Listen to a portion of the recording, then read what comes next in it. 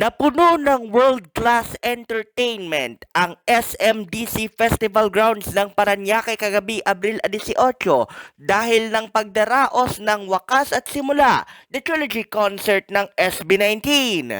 Base sa crowd estimate na namamatyagan ng ating news team ay pumalo umano ng halos 100,000 mga 18, mapa-ordinaryo o ilang mga malalaking pangalan pa ang dumayo sa nasabing lugar upang makita ang pinaghandaang konsyerto na ito na ayon mismo sa Mahalima ay 5 years in the making. Hindi lang mismong P-Pop Kings ang naging halimaw sa entablado kundi kasama rin nila ang special guests, ang Japanese boy band na BE:FIRST. At tulad ng sinabi natin, hindi lamang mga ordinaryong 18 ang nakasaya, kundi mayroon ding ilang mga malalaking pangalan tulad ng voice-over artist na si Inka Magnaye at ang batikang historiador na si Xiao Chua na nag-share pa ng kanyang litrato kasama ang nilunsad din na bagong girl group na mismong SB19 ang magmamanage. At yan ay sa katauhan ng grupong Sonara na may 7 miyembro.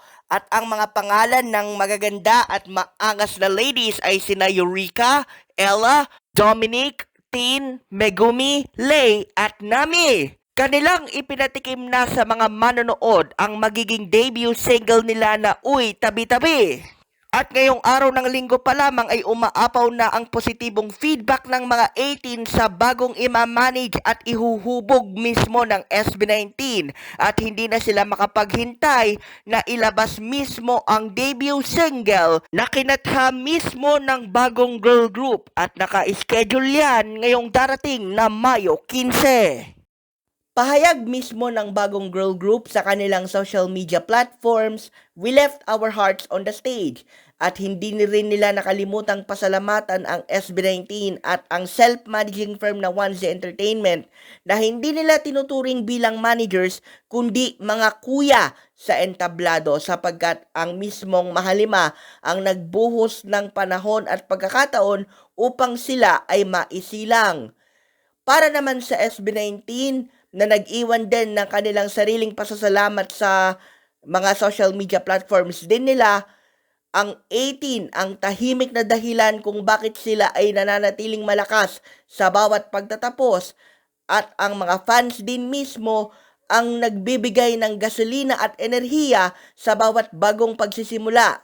At etong ang bagong pagsisimula na yan ay ang kanilang pagiging mentors naman sa bagong girl group na Sonara.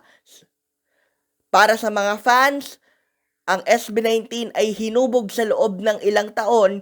Ngayon naman ay proud din sila na ang SB19 naman ay magiging manghuhubog ng bagong kabanata ng industriya ng Philippine pop.